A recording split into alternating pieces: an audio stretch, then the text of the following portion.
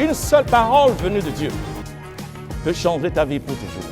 La nouvelle naissance, c'est ce qui te donne l'accès dans le royaume de Dieu. Sans la nouvelle naissance, il n'y a pas accès dans le royaume de Dieu. Réma, l'Esprit du Seigneur donne le pouvoir de parler. Réma, c'est une émission du ministère international Gloire de la dernière maison. Dieu est toujours sur son trône, mais son esprit émane de lui. Son esprit sort de lui pour accomplir sa volonté. C'est pour cela qu'il est appelé l'ange de sa présence dans l'enfer. Prenez le rendez-vous tous les mardis à 21h, les samedis à 9h30 sur la télé évangélique. Par l'émission Réma, le Seigneur vous parle et l'Esprit de Dieu vous guide.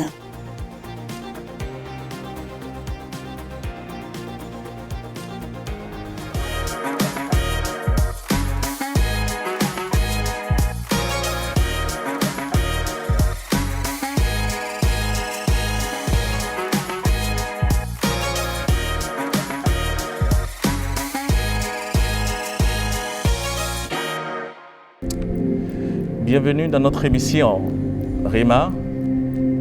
Je vous salue, chers frères et sœurs dans le Seigneur. Que la grâce de notre Seigneur Jésus, l'amour de Dieu le Père et la communion du Saint-Esprit demeurent avec vous. Vous savez, la vie chrétienne, c'est une vie glorieuse, une vie merveilleuse, une vie pleine de gloire. Et tout ceci grâce à la personne du Saint-Esprit que Christ nous a envoyé. Aujourd'hui, nous allons continuer dans notre émission sur ce sujet tellement important dans la vie du chrétien qu'est le Saint-Esprit. Chaque fois quand je parle du Saint-Esprit, je suis émerveillé. À l'instant même, je sens la présence de Dieu sur moi en parlant de lui, parce qu'il est l'essence même du christianisme. Et comme je le dis souvent, la vie chrétienne sans l'Esprit de Dieu, c'est une vie vide. Mais la présence de l'Esprit de Dieu dans la vie d'un enfant de Dieu fait de lui un champion sur la terre. Fait de lui un vainqueur, un triomphateur. Et le vœu de Dieu, c'est que tous ses enfants reçoivent le Saint-Esprit. Et pour que désormais, nous ne soyons plus assujettis aux forces de ce monde, assujettis à Satan et à ses démons, mais que nous vivons au-dessus des œuvres qu'ils peuvent lancer ou bien manipuler contre nos vies. Alléluia. J'ai dit que le Saint-Esprit est une personne. Le Saint-Esprit est une personne. Et le connaître, c'est vivre une vie de victoire.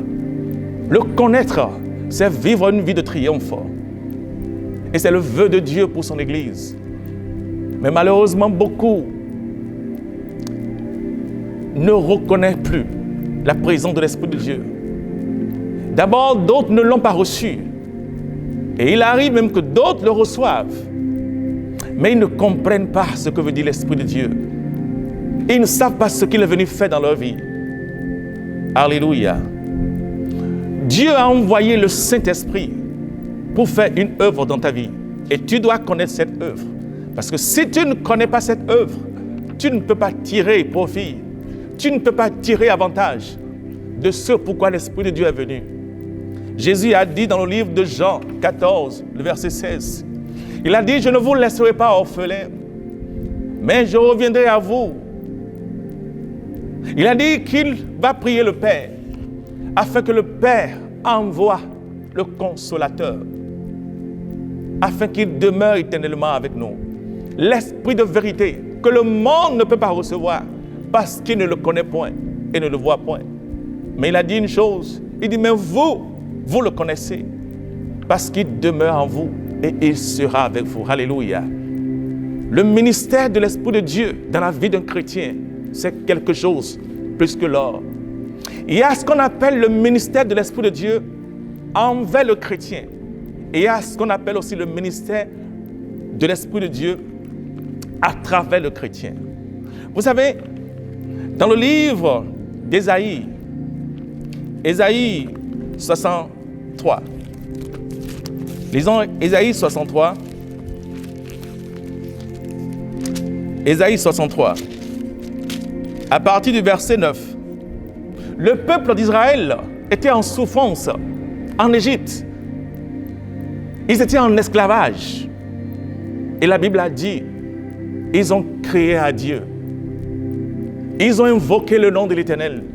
Et Dieu les a exaucés. Regardez ce qu'il dit dans Ésaïe 63, à partir du verset 9. Il dit, dans toute leur détresse, ils n'ont pas été sans secours.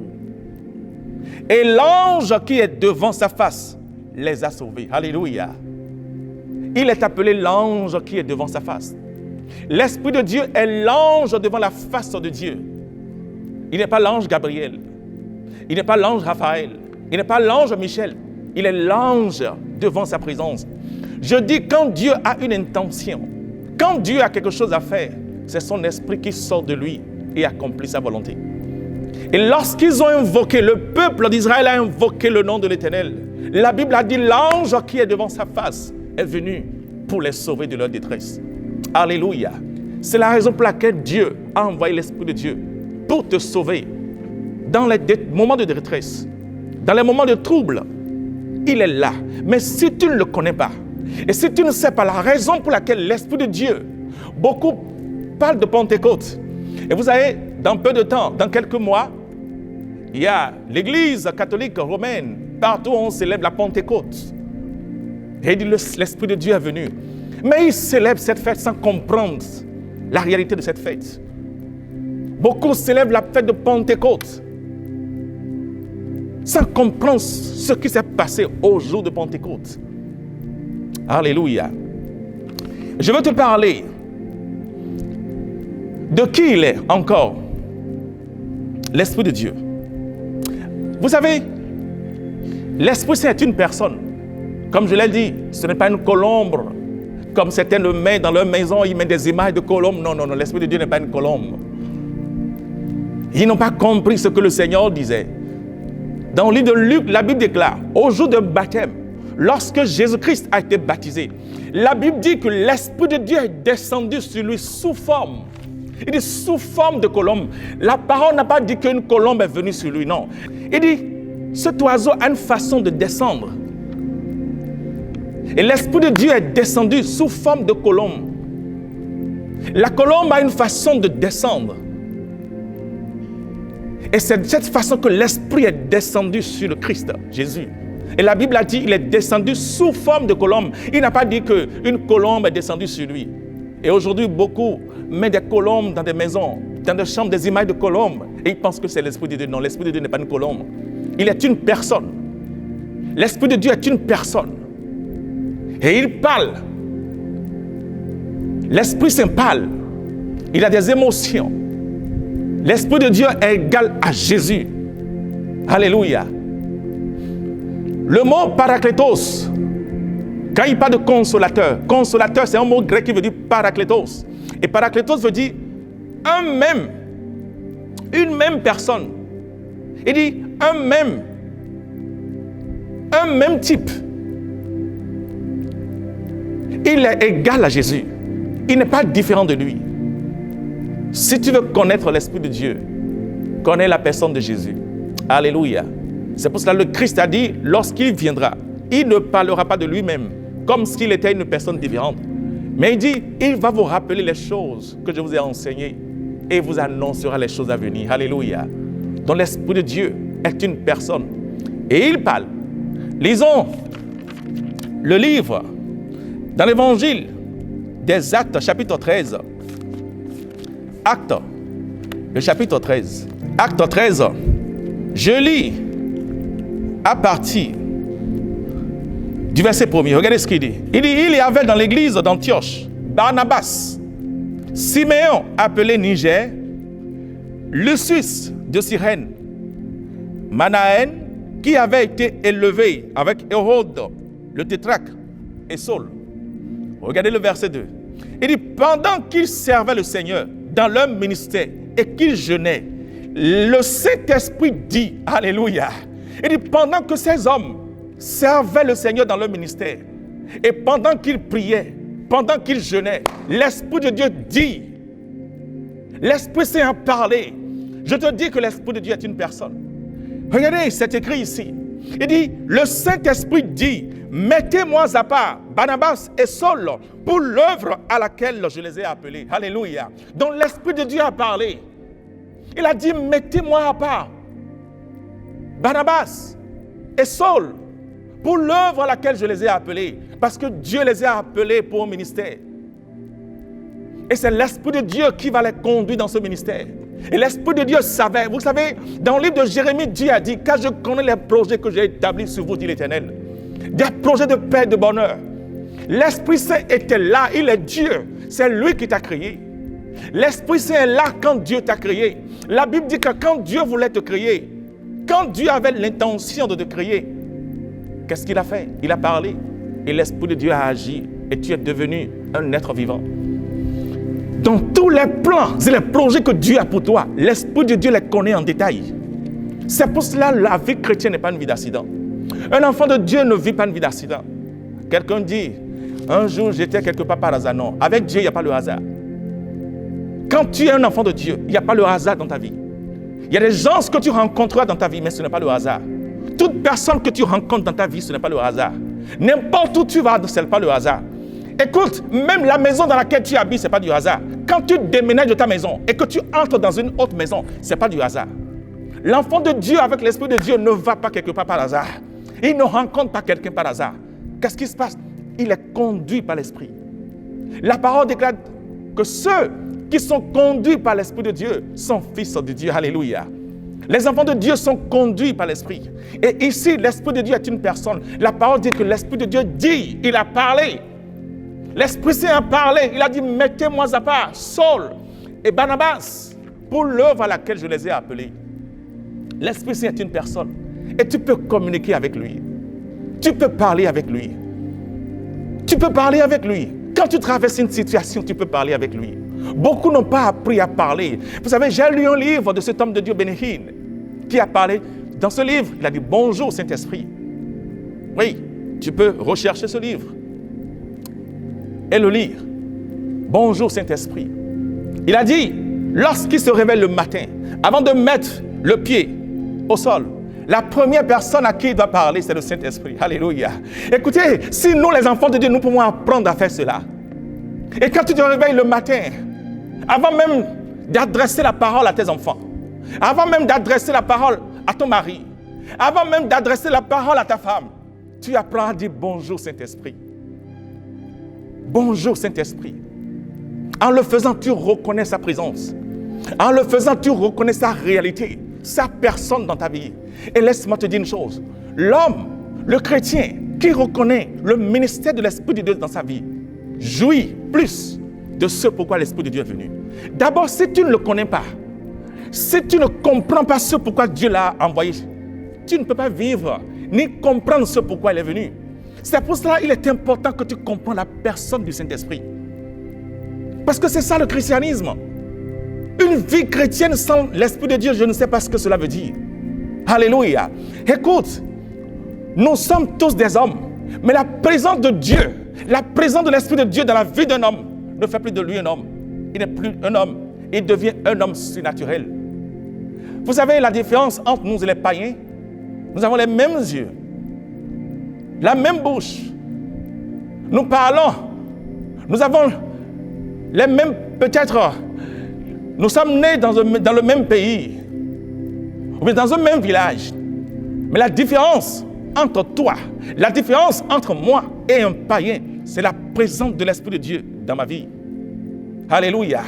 La différence entre un chrétien et un non-chrétien, c'est la présence de l'Esprit de Dieu dans la vie de ce chrétien. C'est ça qui fait de lui un enfant de Dieu. Alléluia. C'est ça qui fait de lui un chrétien. L'Esprit de Dieu dans ta vie, c'est ça le christianisme. Et il faut que tu le connais. Tu dois le connaître. Je te dis qu'il y a une personne et il parle. Alléluia. Et non seulement il parle, il peut être attristé. Vous savez, beaucoup peuvent attrister l'Esprit de Dieu. L'Esprit de Dieu peut être attristé. Et même, nous, les enfants de Dieu, nous l'attristons des fois sans savoir. La parole de Dieu nous dit que l'Esprit Saint peut être attristé. Écoutez, s'il peut être attristé, ça veut dire que c'est une personne. De la même façon que lorsque quelqu'un te fait quelque chose, ça t'attriste. De la même façon, l'Esprit de Dieu aussi s'attriste. Et la parole nous demande, n'attristez pas l'Esprit de Dieu que nous avons reçu. Lisons, alléluia, lisons Éphésiens chapitre 4. Je lis à partir du verset 30, Éphésiens 4. Regardez ce qu'il dit, Éphésiens 4. Il dit, n'attristez pas le Saint-Esprit de Dieu. Alléluia. Il dit, n'attristez pas le Saint-Esprit de Dieu par lequel vous avez été scellés pour le jour de la rédemption. Alléluia. Donc la parole nous dit de ne pas attrister l'Esprit de Dieu. Parce que nous pouvons l'attrister. Il est venu dans ta vie pour t'amener dans une vie de gloire. Mais pourquoi l'attrister? Mais des fois ça arrive, nous l'attristons. Par manque de sagesse, par manque de compréhension, par manque de connaissance, nous attristons l'Esprit de Dieu. Nous le frustrons. Alléluia. Tu t'imagines? Dieu envoie une aide dans ta vie. Tu ne sais pas. Dieu a envoyé une personne dans ta vie pour t'aider. Peut-être tu traverses des moments difficiles. Et Dieu a ordonné à cette personne de venir t'aider pour que tu puisses traverser ce moment difficile. Et tout ce que toi tu fais de jour en jour, c'est de l'attrister. Dis-moi ce que cette personne fera. Est-ce que cette personne aura la volonté de continuer à t'aider? Non. Est-ce que cette personne pourra continuer à t'aider? Non. Parce que tout le temps tu l'attristes.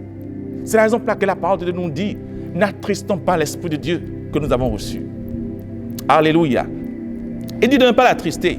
Il dit comment l'attrister? Regardez le verset 31. Il dit que toute amertume, toute animosité, toute colère, toute clameur, toute calomnie et toute espèce de méchanceté disparaissent du milieu de vous. Alléluia. Donc voici les choses qui peuvent attrister l'Esprit de Dieu. Il dit quoi? Il dit l'amertume. Quand tu es amer, ça attriste l'Esprit de Dieu. L'amertume attriste l'Esprit de Dieu. À part l'amertume, qu'est-ce qu'il dit? Il dit les animosités. Tout cela attriste l'Esprit de Dieu. La colère attriste l'Esprit de Dieu. C'est pour ça que la parole déclare que la colère de l'homme n'accomplit pas la justice de Dieu. Mais la parole de Dieu nous demande de ne pas attrister l'Esprit de Dieu. Parce que si on aime quelqu'un, on évite de l'attrister. Quand tu aimes quelqu'un, tu vas éviter d'attrister la personne. Même si tu ne sais pas, et que la personne te le dise, ceci ou cela m'attriste, tu dis, oh, je m'excuse. Et parce que tu as de l'amour pour la personne, tu évites de l'attrister. Alléluia. Ok, donc c'est ça le ministère de l'Esprit de Dieu. Il y a ce que l'Esprit de Dieu veut faire dans ta vie, et il y a ce qu'il veut t'utiliser aussi pour faire. Alléluia. Oh, merci Saint-Esprit. Et je l'ai appelé les 7 synonymes du Saint-Esprit. Vous savez, le Saint-Esprit, comme on l'a dit, il y a aussi des attributs, des synonymes, les noms par lesquels tu peux aussi appeler l'Esprit de Dieu. Et ce premier nom, premièrement, il est appelé le Consolateur. Amen. Le Consolateur. Lisons Jean. Jean 14, je lis à partir du verset 16. Le verset 16. Regardez les paroles de Jésus. Il dit, et moi, je prierai le Père et il vous donnera un autre consolateur afin qu'il demeure éternellement avec vous. Vous avez entendu? Il dit, je prierai le Père et il vous donnera un autre consolateur. Alléluia. L'Esprit Saint est appelé le consolateur. C'est quoi un consolateur? C'est quelqu'un qui te console lorsque tu traverses les moments difficiles. Dieu l'a envoyé pour te consoler. Vous savez, c'est comme lorsque quelqu'un perd un être très cher à lui, un parent, un ami, quelqu'un qu'il aime tellement et la personne quitte ce monde. Vous savez, la tristesse rentre dans la vie de la personne. Et tellement la personne est tellement triste, tellement la personne est triste, les amis viennent le consoler. Les amis, les parents viennent le consoler. Et vous savez ce qui se passe? Quand les gens viennent le consoler, ils reçoivent la consolation des hommes. Mais quand tout le monde le quitte, et il devient seul, il se plonge encore dans de grands soucis. Il se plonge dans la tristesse. Il se plonge encore dans la tristesse. Pourquoi? Parce que les consolateurs, ceux-là qui sont venus le consoler sont partis. Mais vous savez ce que l'Esprit de Dieu fait? C'est en cela, il est tellement merveilleux, l'Esprit de Dieu. Lui, il ne te console pas par des paroles. Lui, il te console depuis l'intérieur. L'Esprit de Dieu te console à l'intérieur. Et soudainement, tu ressens une force. Soudainement, tu es fortifié. J'ai entendu ce témoignage de ce monsieur qui a perdu sa femme. Il a perdu sa femme. C'était un enfant de Dieu. Même, je peux dire, un serviteur de Dieu, qu'il a perdu sa femme. Il était tellement triste. La tristesse est rentrée dans sa vie. Il pleurait tellement parce qu'il aimait tellement sa femme. Et les gens voulaient le consoler. Mais laissez-moi vous dire une chose. À cause de l'amour qu'il avait pour sa femme, personne ne pouvait le consoler. Personne ne pouvait le consoler. Il a fait des deuils, des jours de deuil, des mois de deuil, en train de penser à sa femme qu'il a quittée. Et un jour, quelque chose s'est passé. Il était là au salon. Et la voix lui dit, mets une chanson de louange. Il a mis cette chanson où il était dans la présence de l'Esprit de Dieu. Et soudainement, je dis soudainement, il a ressenti une force à l'intérieur de lui. Il a ressenti une force en lui qu'il ne peut pas expliquer. Il a commencé par rire. Par rire. Il riait. Il a dit qu'il a ri pendant plus d'1 heure. Il a ri, fatigué, il riait. Il ne fait que rire. Qu'est-ce qui se passait? L'Esprit de Dieu faisait une œuvre extraordinaire dans sa vie. L'Esprit de Dieu était en train de le consoler. L'Esprit de Dieu le consolait. Et vous savez, ce jour-là, il a décidé d'aller de l'avant. Amen. Il a décidé d'aller de l'avant. Il a décidé de laisser le passé derrière et de continuer la vie à laquelle le Seigneur l'a appelé. C'est ça le ministère de l'Esprit de Dieu. C'est un consolateur. Il ne te console pas de la façon dont les hommes te consolent. Il te console depuis l'intérieur. Et soudainement, toi qui étais faible, toi qui étais abattu, tu es consolé. Et tu retrouves de la force pour aller de l'avant. Alléluia. Oh, merci Saint-Esprit de Dieu. Et aussi, il est appelé le conseiller.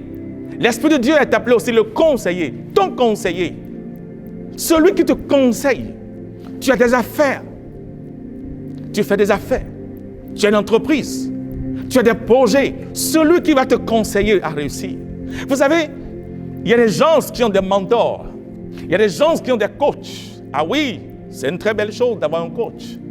C'est une très belle chose d'avoir un mentor qui te conseille. Mais laisse-moi te dire une chose. Le meilleur conseiller, c'est l'Esprit de Dieu. Lui, il n'échoue jamais. Lorsque tu veux entamer un projet et tu lui confies ce projet, laisse-moi te dire, sache que c'est déjà un projet réussi. Amen. Ce projet va réussir. Parce qu'il connaît même les petits détails. Il connaît la façon dont tu dois faire. Il connaît les hommes que tu dois rencontrer. Il connaît les femmes que tu dois rencontrer. Il sait comment tu peux procéder pour arriver. Mais laisse-moi te dire une chose aussi. Des fois, le conseil des hommes échoue. Mais lui, son conseil n'échoue jamais. La Bible l'appelle le meilleur conseiller. Alléluia. L'Esprit de Dieu est le meilleur conseiller. Lorsque tu as quelque chose à faire, lorsque tu es dans une situation, ou bien dans quelque chose qui se passe, la première des choses que tu dois faire, invite-le. Saint-Esprit, conseille-moi dans cette situation. Conseille-moi. Vous savez, l'homme qui reconnaît la présence de l'Esprit de Dieu dans sa vie, jouit du ministère de l'Esprit de Dieu dans sa vie. Quand tu reconnais ce pourquoi Dieu l'a envoyé, tu vas jouir de ce pourquoi il est venu. Regardez ce que David a dit dans le psaume 16. Vous savez, David a tellement aimé la présence de l'Esprit de Dieu. Psaume 16, le verset 7. Il dit, « Je bénis l'Éternel, mon conseiller. La nuit même, mon cœur m'exhorte. » Alléluia. David dit, « Je bénis l'Éternel. » Il parle de l'Esprit de Dieu. L'Esprit de Dieu, il est l'Éternel conseiller. Amen. David dit, « Je bénis l'Esprit de Dieu. Je bénis l'Éternel, mon conseiller. La nuit même, mon cœur m'exhorte. » Il dit, la nuit même, sur son lit, l'Esprit de Dieu l'enseigne, le conseil. Comment garder la royauté? Comment avoir la victoire sur les ennemis? Comment combattre? Comment choisir les gens qui vont rester autour de lui? Comment choisir ses partenaires? Les gens à qui il doit faire confiance et les gens à qui il ne doit pas faire confiance. L'Esprit de Dieu lui enseigne tout cela. Et David a dit, je bénis l'Éternel, mon conseiller. Alléluia. Donc l'Esprit de Dieu est le meilleur conseiller. Quand tu as un projet, quand tu as quelque chose à faire, confie d'abord cela à l'Esprit de Dieu. Pose-lui la question. Demande-lui des conseils afin qu'il puisse te conseiller. Et si tu reçois les conseils de l'Esprit de Dieu, sache que ton projet ne va jamais échouer.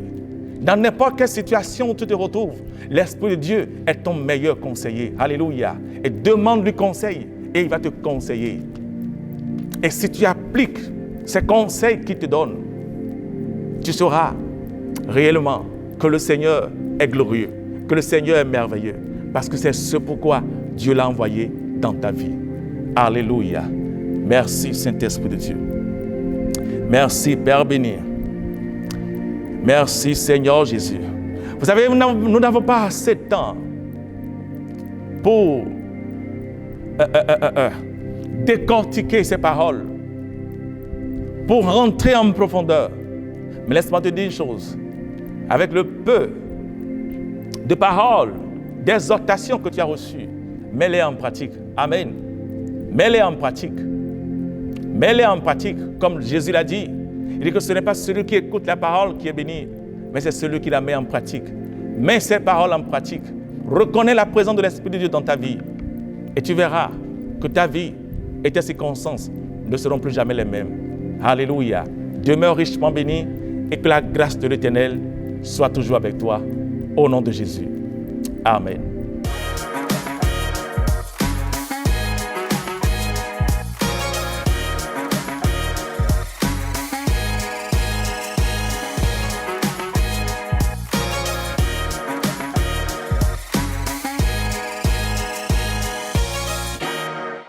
Je viens pour te louer, je viens te louer. Où que vous soyez, quelle que soit votre position, venez et adorons le Seigneur avec le ministère international Gloire de la dernière maison. Dieu touche les cœurs, illumine les vies. Venez au ministère international Gloire de la dernière maison et entrons en communication, en communion avec Dieu pour la restauration de votre vie. Je viens pour t'honorer. Le ministère international Gloire de la dernière maison est situé à Vaudier. En allant vers les rails, derrière l'immeuble de l'ancien Sonar, venez adorer et louer le Seigneur avec le ministère tous les dimanches de 9h à 11h et les mercredis de 19h à 21h. Contact 57 51 20 46 ou le 57 51 20 47. Adresse email gloire de la dernière maison @gmail.com.